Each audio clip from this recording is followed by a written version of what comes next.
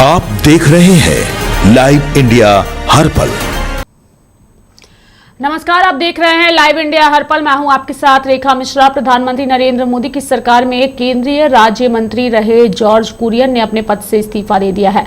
राष्ट्रपति भवन ने मंगलवार सुबह उनके इस्तीफे को स्वीकार भी कर लिया है और ऐसे में सवाल ये है कि आखिर उन्होंने इस्तीफा क्यों दिया है। राष्ट्रपति भवन ने मंगलवार सुबह इसकी आधिकारिक पुष्टि करते हुए बताया कि प्रधानमंत्री की सलाह पर राष्ट्रपति ने जॉर्ज कुरियन का इस्तीफा तत्काल प्रभाव से स्वीकार कर लिया है। राष्ट्रपति भवन की ओर से जारी बयान में कहा गया है कि संविधान के अनुच्छेद 75(2) के तहत प्रधानमंत्री की सलाह पर जॉर्ज कुरियन का इस्तीफा स्वीकार कर लिया गया है और इसके साथ ही कुरियन अब केंद्रीय मंत्री परिषद का हिस्सा नहीं रहे। कुरियन के इस्तीफे के बाद यह सवाल उठ रहा है कि आखिर अचानक उनके इस्तीफे देने की वजह क्या है। बता दें कि सबसे पहले आखिर जॉन कुरियन है कौन। दरअसल जॉन कुरियन का जन्म 20 सितंबर 1960 को केरल के कोट्टायम जिले के एटमानूर नगरपालिका क्षेत्र के नंबियाकुलम में हुआ था। बता दें कि 65 वर्षीय जॉर्ज कुरियन भारतीय जनता पार्टी के वरिष्ठ नेताओं में गिने जाते हैं। वह पार्टी की स्थापना के शुरुआती दौर से ही उससे जुड़े रहे हैं। साल 1980 में बीजेपी के गठन के बाद से उन्होंने संगठन में कई अहम जिम्मेदारियां निभाई और खासतौर पर केरल में पार्टी के विस्तार के लिए काम किया। लंबे समय तक संगठन में सक्रिय रहने के बाद उन्हें राष्ट्रीय स्तर पर भी जिम्मेदारियां मिली है, लेकिन आज उनके इस्तीफे ने कई तरह के सवाल खड़े कर दिए हैं। जॉर्ज कुरियन को अगस्त 2024 में प्रधानमंत्री नरेंद्र मोदी के तीसरे कार्यकाल के दौरान केंद्रीय मंत्री परिषद में शामिल किया गया था। उन्हें अल्पसंख्यक कार्य मंत्रालय और मत्स्य पालन मंत्रालय में राज्य मंत्री की जिम्मेदारी सौंपी गई थी। बीजेपी नेतृत्व ने उन्हें दक्षिण भारत खासकर केरल में पार्टी की राजनीतिक रणनीति का अहम चेहरा माना था। अल्पसंख्यक समुदाय और खास तौर से ईसाई समाज के बीच पार्टी की पहुंच बढ़ाने में भी उनकी भूमिका महत्वपूर्ण मानी जाती है।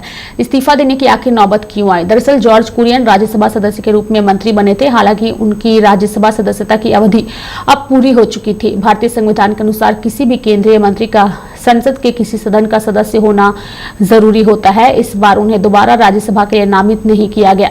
ऐसे में उनके लिए मंत्री पद से इस्तीफा देना जरूरी हो गया था। उन्होंने केरल में विधानसभा चुनाव भी लड़ा था, लेकिन उन्हें हार का सामना करना पड़ा था। सूत्रों के मुताबिक केंद्रीय नेतृत्व उन्हें अब प्रदेश राजनीति में भेजने की तैयारी कर रहा है और इसीलिए उन्होंने जो है वो अपना इस्तीफा दे दिया। जॉर्ज कुरियन के इस्तीफे के बाद मोदी सरकार में उनके पास मौजूद विभागों की जिम्मेदारी अस्थायी रूप से अन्य मंत्रियों को सौंपी जा सकती है। साथ ही आने वाले दिनों में मंत्री परिषद में फेरबदल या नए चेहरे को मौके दिए जाने की भी संभावना जताई जा रही है।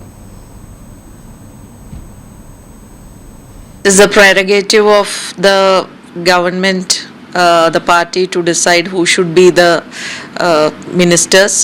But if you look at the overall ratio of how minorities are not given any importance, it is very evident. But that is it is their agenda, so they are doing it.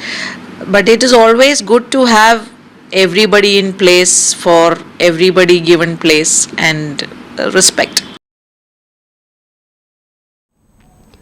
नमस्कार, आप देख रहे हैं live.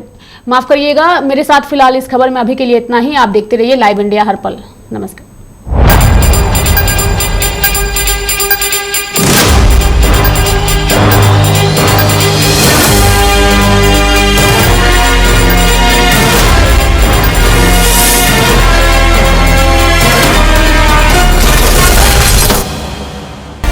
आप देख रहे हैं live India हर पल।